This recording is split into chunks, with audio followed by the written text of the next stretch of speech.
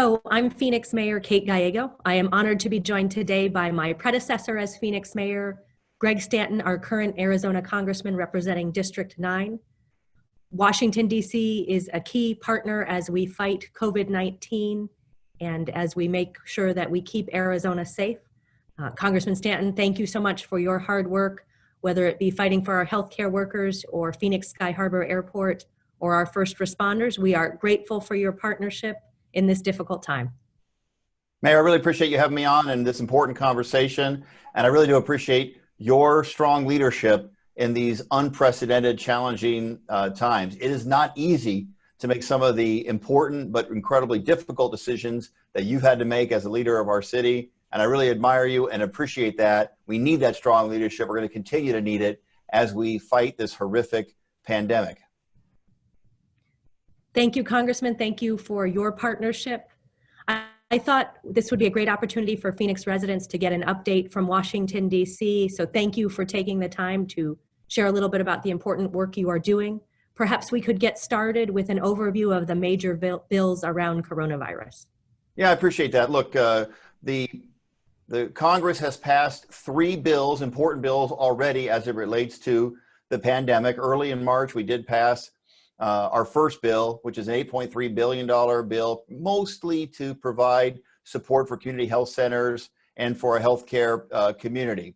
As you know, the president asked for $2.5 billion. We realized that that wasn't going to be enough, and we significantly increased that to provide those important resources. Then after that, just a couple weeks later, we realized how devastating this pandemic was going to be for families across America, across Arizona, here in Phoenix, and we passed the Family First Act, which was the bill that greatly expanded unemployment benefits. It increased Medicaid benefits as well, and really wanted to do all we can to support families. It did provide paid leave, which is so important for families so they don't have to provide that difficult decision about whether to go to work when they potentially feel sick. And then the bill that's getting so much attention is the CARES Act. That was there was 5 members of the Arizona delegation flying across the country on a red-eye flight to make sure we got there because one member of Congress wanted to force a actual vote instead of do it by acclamation. And so we had to fly back to vote on the CARES Act. And that's the bill that's getting so much attention right now. That does include the Paycheck Protection Act, $360 billion for that, other resources to help the airline industry and others. Also, it did provide for a direct payment to about 150 million Americans of $1,200 a person and $500 per child to help through this time. Now, it's a $2 trillion bill, the largest bill in the history of the United States of America. But you know what? You know this, Mayor. That ain't enough. There's still a lot more support that needs to be given to small business across our community, and likely more support directly for families. We don't know how long this crisis is going to last. These are incredibly important decisions that you and other key leaders are going to have to make over the next few months, is how we reopen the economy, how swiftly reopen the economy, how we go about it, et cetera. We do know the pain is going to be going on for a long period of time. And so we're in the planning stages right now of even passing another act to better support small business and the American people. Wonderful, thank you. We understand that right now in Arizona, only about 7% of our small businesses with 500 or fewer employers were able to participate in that first round of the assistance. So we really appreciate your work to make sure that that is expanded. I recently participated in a mayor's conference call with the Trump administration and tried to urge them that they do more work for underbanked and credit unions, include community development finance institutions, so that we can get money to the full diversity of our Arizona small businesses who, as you have been an advocate for, those small businesses create the vitality of our community. They're what make it a special place, and we want to make sure that they get through it. Here at the City of Phoenix, we've done a grant program in partnership with the Community Foundation for our smallest businesses, $10,000 grant, huge interest in that program. And we know that it is just a start in what the need is. So will you talk a little bit more about that small business program and where you'd like to see it go in the next round? Yeah, and first off, congratulations on taking the lead on providing direct support from the city. And I hope other governmental entities in the state of Arizona, the county, the state, and others also do similar type things. We have to take an all-in approach. Everyone needs to be part of the solution, not just to look to the federal government. Obviously, we're an incredibly important part of providing support for the community, but every layer of government needs to be as supportive as possible. So thank you for stepping up once again and showing great leadership. What you mentioned about small business is 100% accurate. We want to help these small businesses, not just because, you know, it's a horrific thing we're going through and we feel bad and we want to make sure we support people in need. The reality is, once the economy is ready to be reopened, it's going to happen a lot more quickly if people didn't leave their employment, that they didn't go on to the unemployment rolls, that they were able to stay employed and stay on health care to the extent possible during this pandemic. The more people we can keep employed, keep those small businesses going, this is going to be a lot faster recovery. So we're doing it because it's the right thing to do from a human level, and it's the right thing to do from an economic level if we want the United States to recover as quickly as possible. So as you pointed out, the PPP was an incredibly popular program. $360 billion got out the door in just a short period of time. I, as a member of Congress, was studying who got the resources, what parts of the country, what industry, size of business. The truth is, I'm pretty disappointed. It looks like some of the big banks did not get out nearly the resources to small business as they should. I want to make sure we get to the final analysis before painting with too broad of a brush. But the reality is the initial information is not very positive. And so the next round has to be more geared directly to small business, and the big banks owe it to us, owe it to the American people. We've supported them in the past. They need to support us now. They need to be putting in the hours 24/7 to work with small business, get those applications in so that Arizona small business benefits from the next round. Right now, there's conversations going on in Congress about $250 billion plus for additional support for the PPP program. In addition, the caucus that I'm a part of, the House Democratic Caucus, is also asking for additional support for state and local government. I was remiss earlier when we talked about CARES Act 1. There was a significant amount of money for airports, for which Sky Harbor, of course, benefits from. You've been such a strong advocate of airports. It benefits universities throughout the United States of America. Arizona State University got the highest allocation of any university in the United States of America. And you and I both know how incredibly important they've been to the economic success of Phoenix and what they've done in downtown to help transform it in such a positive way. Their success, their continued growth is essential for the Phoenix and the Arizona economy. So university support, aviation support, and state and local government.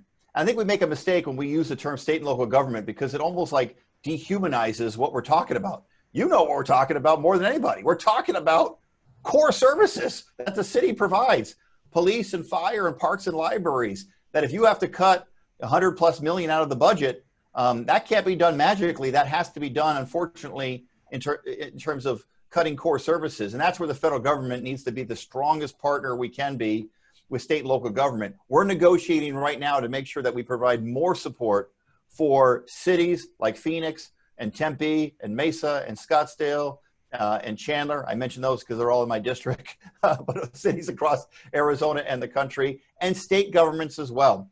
State governments are going to need that support. It's worth fighting for. And so I know you're going to hear a lot of discussion about whether we do PPP just by itself or other things. Look, you know, I'm going to be supportive of what comes before us because we need to get that support out there. But whether we do it now or later, we're going to have to do more support for hospitals, for cities, and we need to provide more SNAP benefits for those that are food insecure. This is a really important issue. More and more people are going to rely on the federal government for support for food security, and we need to make sure that the support is there so that no one goes hungry during this time of pandemic. Thank you. We really appreciate your leadership. So many of those things you touched on, such as hunger, were challenges before COVID-19, and it has only gotten worse with COVID-19. I'm grateful for your leadership on securing funding for our universities, especially Arizona State. They have been a key partner of ours. They're working with us to test our first responders and also to implement the surveillance data so that we know throughout the community what is happening in Arizona and when it is safe to make changes to the protections we have in place. They also shared great data with us that we are flattening the curve here in Maricopa County, that social distancing and all the measures we are taking are working and saving lives. So grateful for ASU and for the support that you have gotten them, particularly their partnership with our first responders.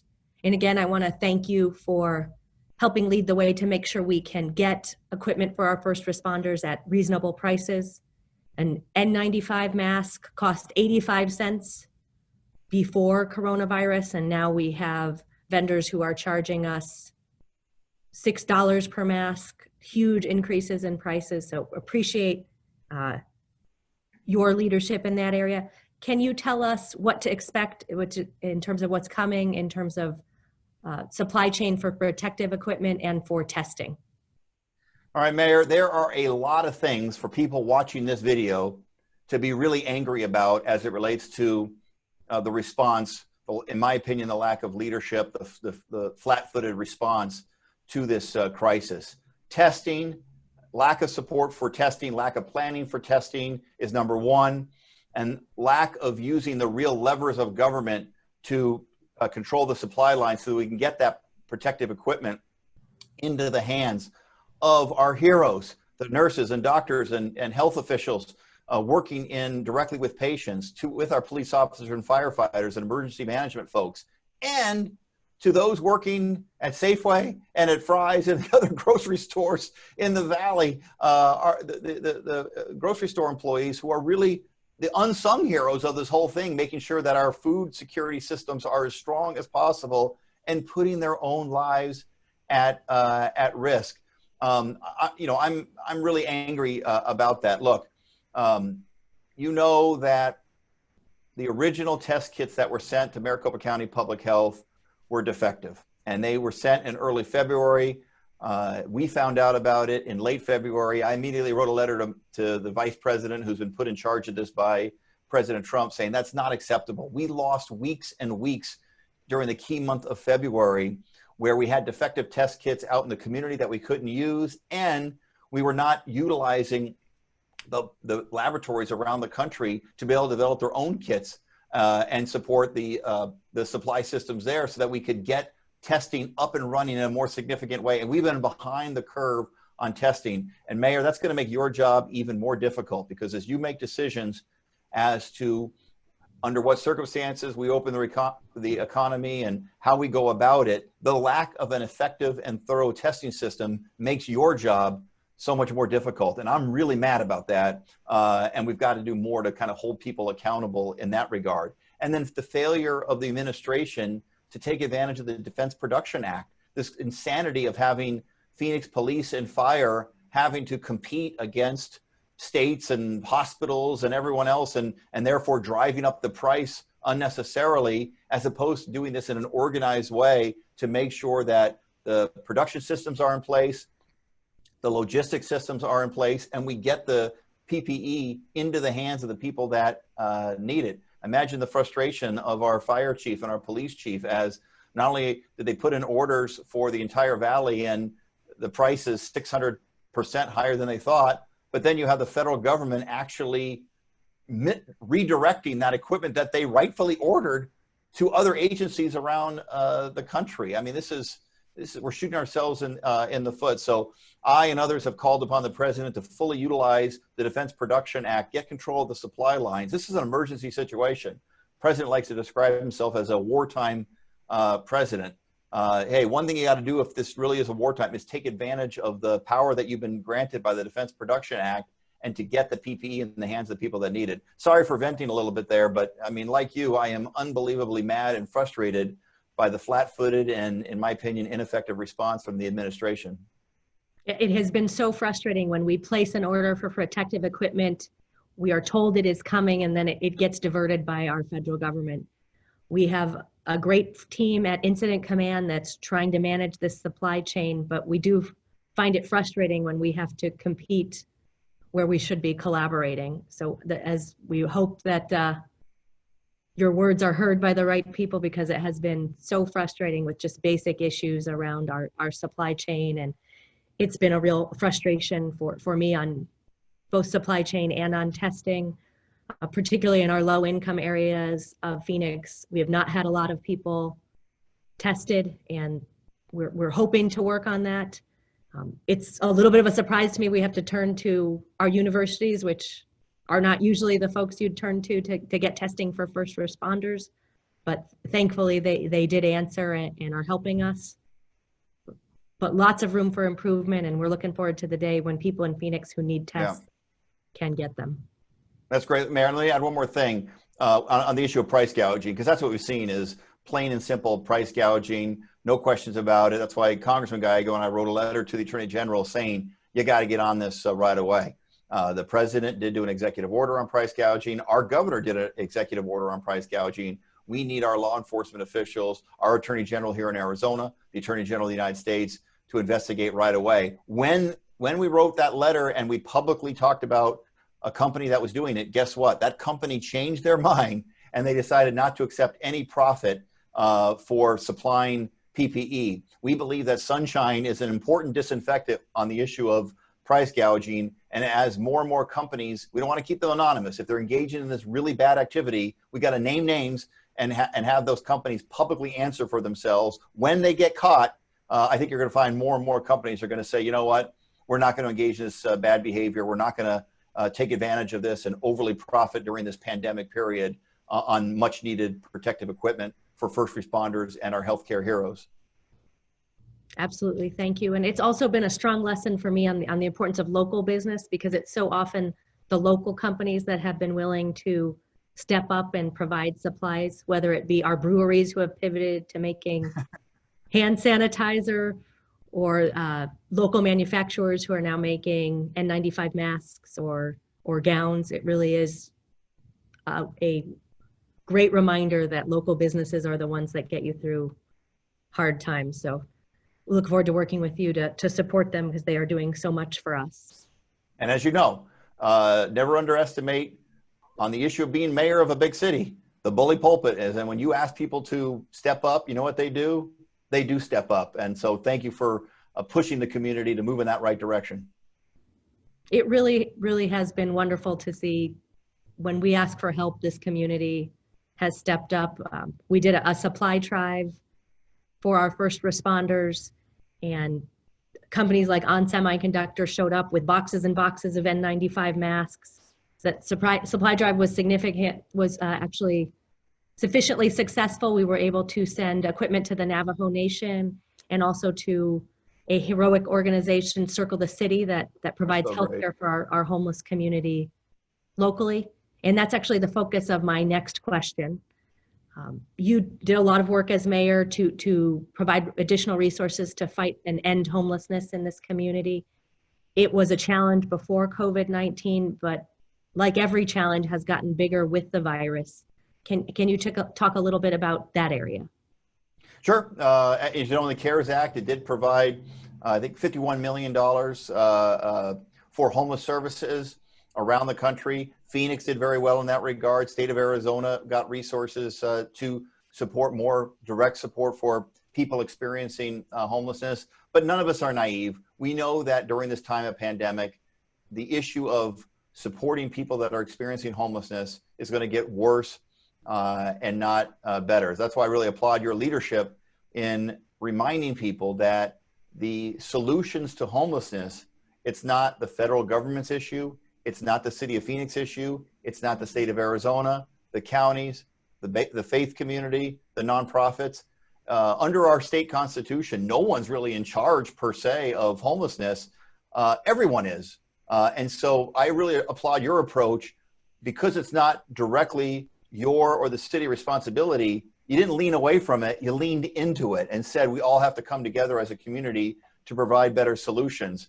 That includes not just resources, but also locations of service, which really should be done on a regional basis and not have such a disproportionate amount of the services provided in one city. If we're going to expand more services in Phoenix, we also need to make sure that services are provided in other cities. I'm proud to, if I can brag about my district, which includes Phoenix, Tempe, and Mesa. Those are the cities that have more than any others have really stepped up to the plate in the Valley. And it really is time for the other cities to do more. And the state of Arizona has to do a lot more, and not just depend on the federal government, but as they develop budgets in the future, because homelessness is going to be an increasingly important issue, to provide those resources. And then, of course, in terms of the provision of resources, it has to be done in the most strategic way possible with wraparound services, so-called housing first. And, you know, that's the most effective model. And communities all across the Valley have to be willing to kind of do their part as we work to resolve homelessness. No one suggests it's going to be easy, but everyone needs to do their part. And I really respect your leadership and vocalizing that a month or so ago, making that important point. And I appreciate your leadership.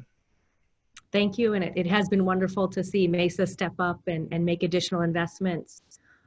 Cities receive money called community development block grants that we can use for any number of projects in lower income communities. Large cities receive it. It is my top priority that we put that towards fighting homelessness, and we're excited to see if other cities are going to be interested in joining us. We may also be getting into the hotel business on Tuesday and trying to provide additional housing units in a hotel setting, which we are told is better for reducing the spread of COVID-19 than more traditional, denser settings. So a lot of innovation coming, and hopefully good solutions. And we appreciate the federal government being a partner for us.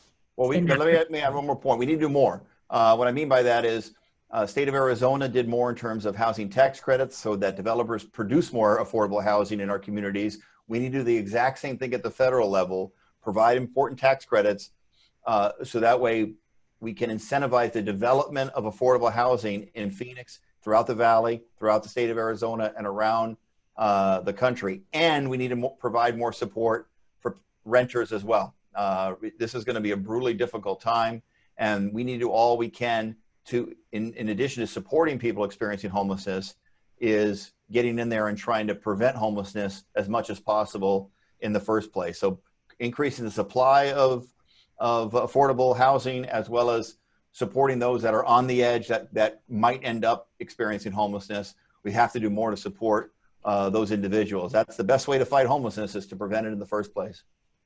Absolutely. Most cost effective and best for the people involved. The city council did have a big vote on eviction assistance this week. And as you've said, we're going to have to keep doing more because this is such a huge challenge. You have been, during this and before the COVID-19 crisis, a strong voice for our DACA recipients, Deferred Action for Childhood Arrival. There is huge legal uncertainty right now. Those individuals are a key part of our response to COVID-19. Can you talk a little bit about the work you're doing in that area?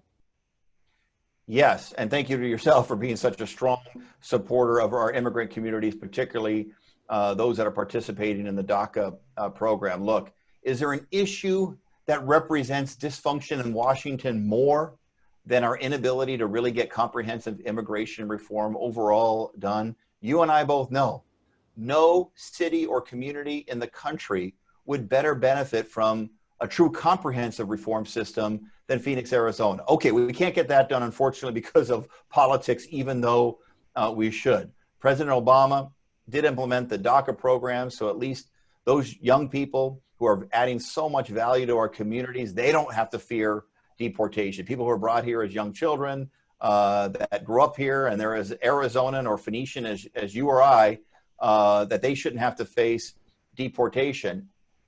And we did pass in Congress what's called in the House of Representatives, the Dream and the Promise Act, which would provide an opportunity to citizenship for these young DACA recipients. Okay, that didn't work out. We couldn't get even the Dream and the Promise Act passed. Now in this pandemic, look what we've learned.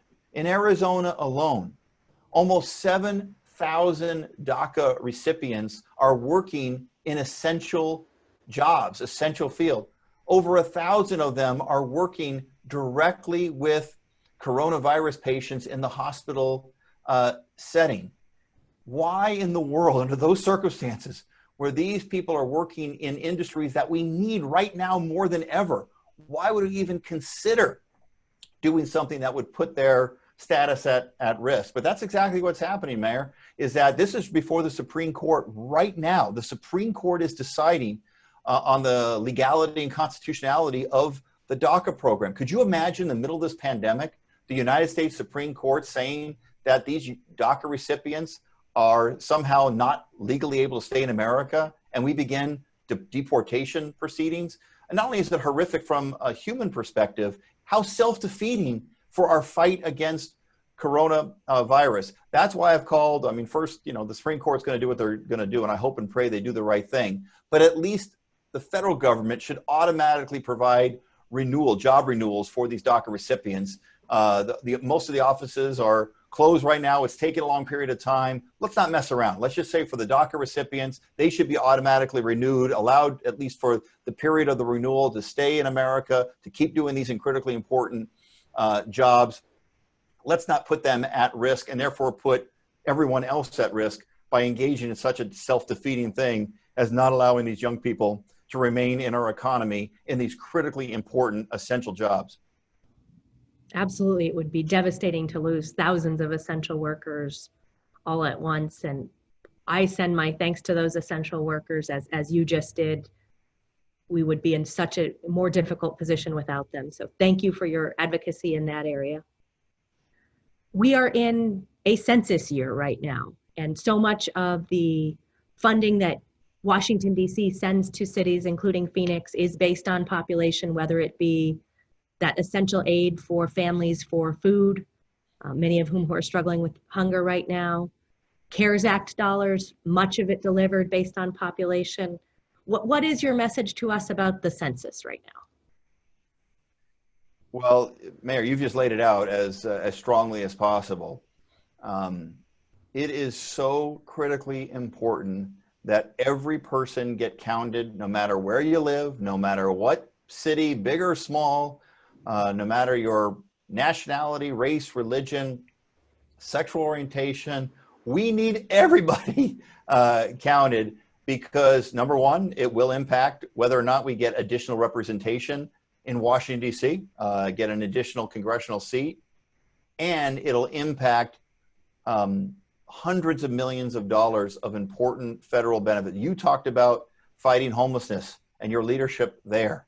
Our ability to receive our fair share of community development block grant monies, LIHEAP, which helps low-income individuals during the worst of the summer heat not to have their air conditioning turned off, affordable housing, you name it. So many of the federal programs are based on population. Arizona already doesn't get its fair share because we've been a fast-growing city, and many of the funding formulas are still based on 1960s population models where so many more people lived on the East Coast than the western part of the United States. We're already at a disadvantage. We don't need to exacerbate that disadvantage by not doing as well as we have in the census. I wish the state of Arizona had allocated some resources, additional resources, so that we could dig as deep as possible into our communities like California has done. They provided supplemental resources. We didn't do that. And so cities like Phoenix have to really do it the old-fashioned way, through a lot of volunteers, calling their friends and neighbors and making sure that census is filled out. I know that I think about 46 or 7% of the folks have already filled it out. That's a lot. That's good. It's not great. We need to get even more. We need to get much closer to 100%. The forms are going to be mailed to households throughout Phoenix in the next few weeks. We need everyone to fill that out. So we're going to have to be as fun and creative as possible to motivate people to participate in the census. We need to make sure that communities are not concerned that if they fill out the census, that somehow that's going to be sent over to other agencies, immigration agencies, et cetera. It's not going to happen. I want people to have confidence in that regard, that we need all the people counted, all the bodies counted, so that we get our fair share of federal resources. And Mayor, I know you've been putting a lot of time and effort into that. I really say thank you and admire that. And let's do all we can. It's critically important. Thank you. I hope we will do our part to get the data that you need to fight for our fair share of Washington, D.C. dollars. It was fun for me. It was my 3-year-old's first census, and it was fun to make sure he was counted and counted for education dollars. And I hope that other people watching this, if you haven't already filled out your census, no need to wait.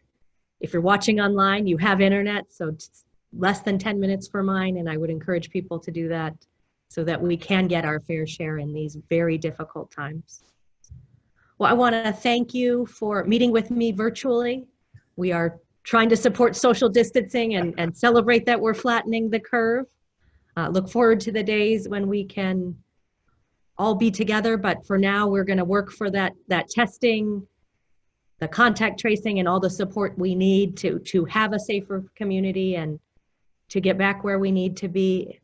Thank you for your partnership in these difficult times. Mayor, look, we've had some challenging times in the city of Phoenix, but let's be honest, likely none will be as challenging, at least in our modern history, as what you are facing right now.